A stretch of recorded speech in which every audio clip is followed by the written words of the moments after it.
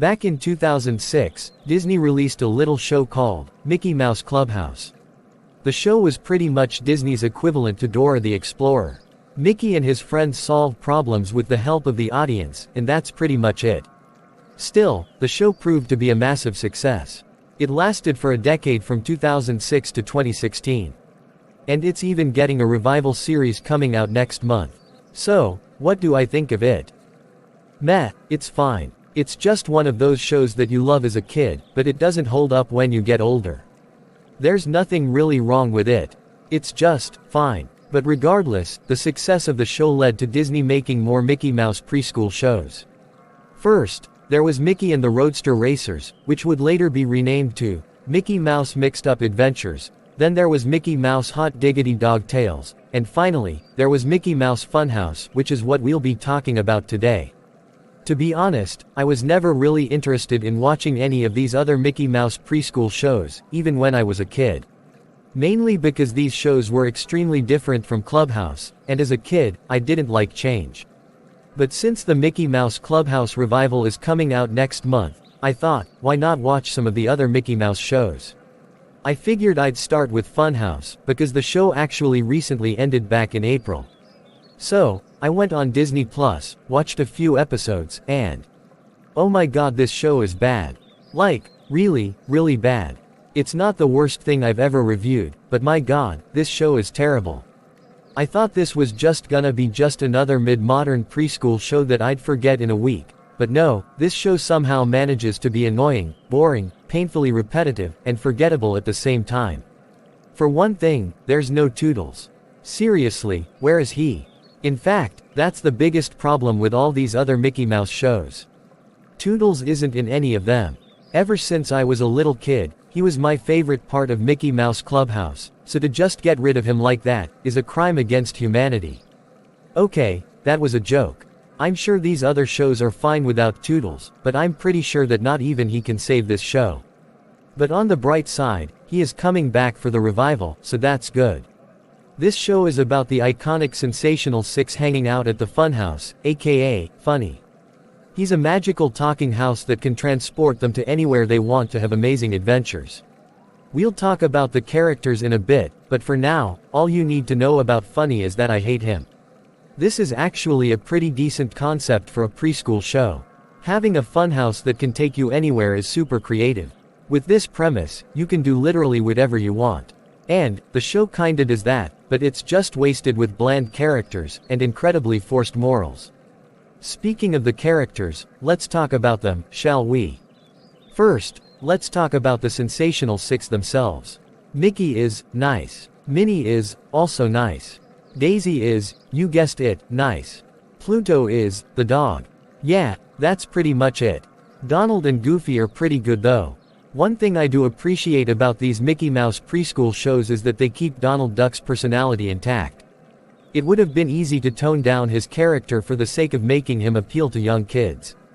But no, he's still the short-tempered duck we all know and love.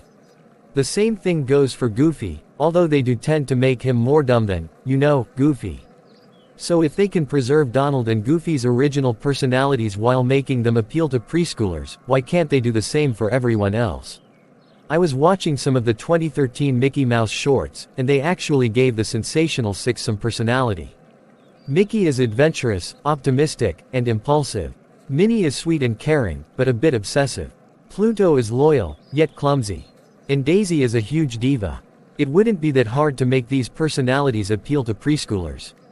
Disney Jr., are you just allergic to giving your main characters, actual character? What is going on in the writer's room? And then there's Funny the Funhouse. Despite his name, he's anything but funny. The moment you hear his voice, you'll want to burn this house down. Well, shucks, Mickey! If you want to know what it's like to have real superpowers, I know just the place! And yeah, personality-wise, there's really nothing to him. He takes Mickey and his friends on their adventures, and that's it. That's all there is to his character. He's just an annoying, pointless, plot device. Sure, Toodles is kind of a plot device too, but at least he served a purpose. He gave Mickey and the gang the mousecatools they needed to solve their problems. What does Funny do? Transport the characters to their magical lands. You could have had the Funhouse do that itself without making it a character. And the songs, oh my god, the songs. These songs are so unbearably catchy, that they get stuck in my head. But not in a good way like Bubble Guppies or the Backyardigans, it's more of a Baby Shark kind of way. The songs themselves aren't even that good, but the music is so catchy, it turns into an earworm that lives rent-free in my head. And it doesn't help that these songs are in every episode. They're repetitive, annoying, yet so incredibly catchy that I can't stop thinking about them. In the end, Mickey Mouse Funhouse feels like a wasted opportunity. It had a creative premise and beloved characters to work with, but instead of using that to their advantage, they gave us a hollow, repetitive, and annoyingly cheerful show that barely tries to be more than background noise for toddlers. It's loud, it's shallow, and it leans so hard into being safe that it forgets to be interesting. I'm sure really young kids might enjoy it, but for anyone older than 5, it's hard to watch. I don't know how the Mickey Mouse Clubhouse revival will turn out, but I doubt it'll be worse than this piece of garbage. But before we end the video, I'd like to give a sneak peek of my own preschool show, Mushroomania. Check it out. Selfie time! Hear the dogs howling out of K to him. Ah! Ow! What the heck? Where is it? There it is! I got it! No, I got it. Why didn't you catch it? There it is! Get it! That thing is possessed. Well, I hope you enjoyed the sneak peek. The episode will premiere next Saturday at 7 p.m., so stay tuned. And until next time, party on.